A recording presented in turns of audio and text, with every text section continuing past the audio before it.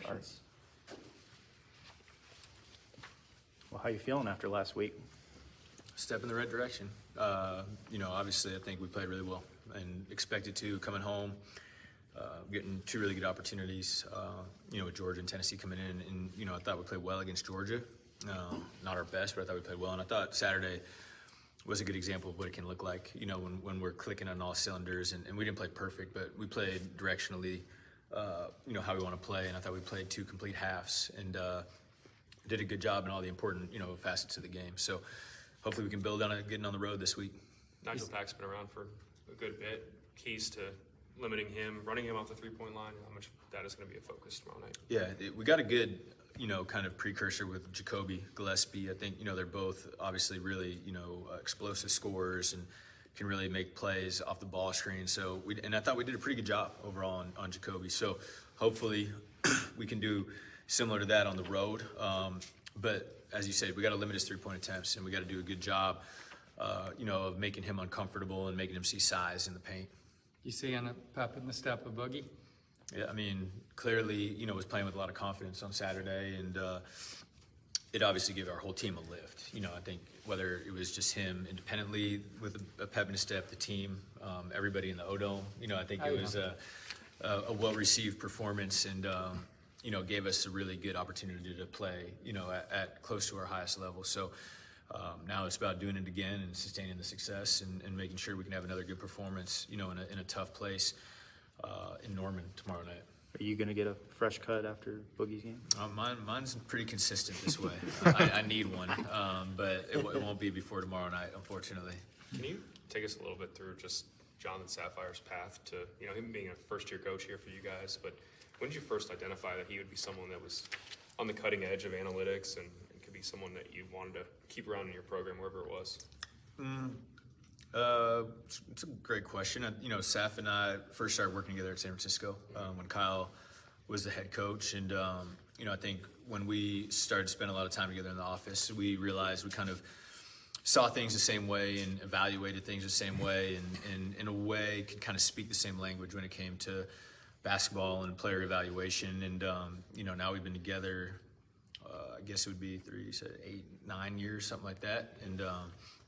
And he's been a huge part of our success here at Florida, just building the foundation, recruiting-wise. A lot of our processes and everything we do, he's had his hand in that. So deserves a lot of credit for what we've been able to accomplish here in a short period of time. When you have someone on a pretty similar wavelength in a sense to what you're looking for in games, how much does that help you just in-game coaching, assessing, challenging calls, and being able to honestly just have frank conversations in the middle of a game? Yeah, it takes a lot of responsibility off my plate, which is great and needed. And he has a great feel and understanding of how to manage a game. Like when we're out there, we rely on him a lot for subs and just kind of making sure that my mind's in the right place and I'm not worrying about too many different areas. So it's comforting having him and Carlin and the rest of the staff there. When we're out there competing.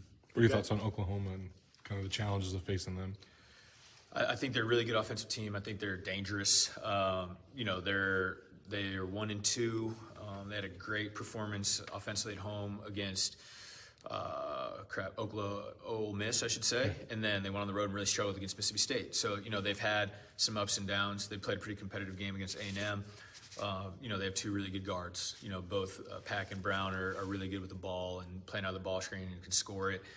Darian Reed's a really good talent. He's playing well. He's shooting the ball well right now. Tay Davis is a really unique cover. I think he's a guy that's going to be a challenge for us because he doesn't really shoot it great, but he's done a great job getting in the paint, making plays and finishing. And then Wagoo, I feel like, we've seen him a million times since I've been at Florida. We saw him at West Virginia, then we started seeing him at Alabama, now we see him at Oklahoma. So we have a good feel for him. And their starting five is really good.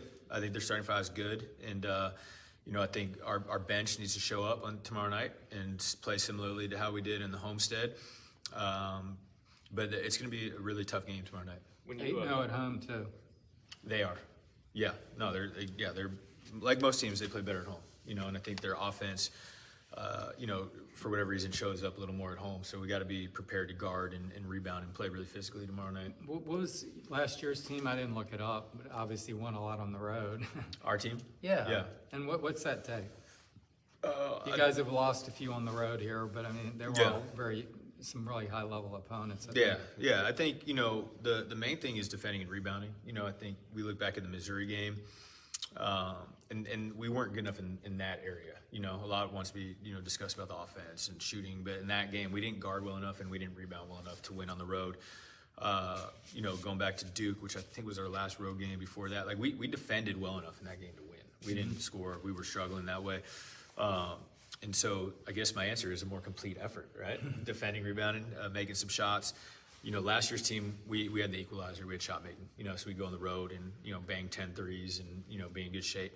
We haven't proven we can do that yet. Maybe tomorrow night will be the first time we can. But I think it's going to take an elite defensive performance. I think we have to dominate the glass to give ourselves that, that high floor. And we have to make more winning plays down the stretch than we did against Missouri. I think that was, we'll look back on that game like we couldn't get a rebound when we needed to. We couldn't make a miss when we needed to. We just need a few more of those tomorrow night. You guys you've talked about how they have to defend for, 2 months now or whatever it's been. But, do you feel like, I don't think you're going to get 30 points off turnovers every night. It'd be great. But, you feel like you're getting there and that, that there's buy-in to that in terms of, Like just style of play and what we need. Yeah, I think so. I mean, I think the buy-in and the belief has been there. We just haven't really been able to put it all together quite yet for whatever reason. And over the last couple of weeks specifically, I think we've been guarding better and seeing that, all right, when you do get stops and get clean rebounds, you're able to get in transition and everything becomes easier. And I think for us, in this team this year, we need our defense to help our offense at times, and so when we can get clean stops or like on Saturday when we turn them over, and we got some live ball turnovers on Saturday too, which led to, really good transition baskets. It can change the complexion of your team. It can change the momentum of the game. I go back to Saturday when we start making a little bit of a run and then we force them to call a timeout and they're based on ELOB. And then we turn them over on their base on ELOB. It turns into a boogie to Irby 3, and now we've got the momentum going. We never look back, So when you have some moments like that, where your defense allows you to get some advantageous offensive opportunities and you take advantage of it, I think then you start getting the momentum. Then you start getting, the juice and playing with a lot of freedom. So I think our guys are, starting to understand and realize, like, all right, to be the best version of ourselves, it would really, it really helps to guard, rebound, and then let the offense play off that. what's the challenge with, you talked a little bit about their shooters. Obviously, they have 3 pretty outstanding 3-point shooters. Yeah. Just playing as big as you guys do against somebody like Porter who's gonna space you a little differently, play 5 out. Yeah, they're consistent. As far as I can tell, at least, playing a non-shooting 5 with Wagyu and then some of their backups. So I think we'll be fine there. And then Davis, he's a tricky one because his form looks fine. He has not shot it well this year. So we got to be mindful of that and how we're going to defend him. But Pack and Brown and Darian Reed's shooting the ball really well right now. They come in with a Talk who's like a 6'9" driller who, he has a rifle, and we got to be mindful of him. Yeah, very similar, just big and can shoot. So, again, it's we want to make sure we don't want to paralyze ourselves by overanalyzing what they do. I think at the end of the day, we want to keep it pretty simple, make sure we just compete and play physically because that's when we're at our best. But I think for this game specifically, it's going to be a pretty basic scout, but some very important keys that if we can execute those, we'll be in good shape. So Ruben's like an elite defender, right? I believe, yes. Yeah, and plan to. I think has the chance. I think he needs to be more consistent, but he was great on Saturday that way. So where's the hole defensively, or where do you want to see improvement on defense? We're pretty good right there, I think we're Well, yeah, but just you want better Yeah. you want more consistent. What do you? I don't know. where's the I go weak back to the spot? Missouri game, and I'm like, I watched the film, and I think we guarded pretty well. Now, tip our cap. They made some tough shots, Okay. and I'm not asking you to rip a specific no. player. I just thought what would Well, maybe I'm one of going the to do holes. that for now. I'm joking. I think that game. Like I said, we didn't guard well enough. We didn't stop them enough. Now, if we guarded well enough, we could debate. I think they made some really tough shots. I can go back and name 4 of them that we hope at least they miss a couple of those, and then maybe the game's different. But there's certain teams, the way they play, that makes it a little more difficult to guard. And when you have more shooting in the front court, obviously I think that's more difficult to guard. So in this game specifically, we'll see how much that shows up. I assume they're going to play some shooting at the 4.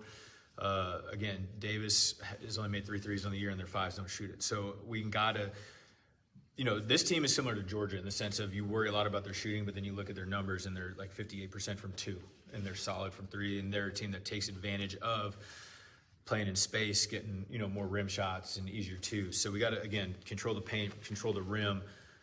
We got to be on the line for the guys that we know are really capable, but you can't stop everything. So, you know, I think for this team, just being a little harder, making teams miss a little better, and one area which showed up on Saturday is we were able to turn them over more. If we can become a team that turns teams over a little bit, as well as just making a miss every time and getting the rebound, then we'll be really, really good. Just trying to get into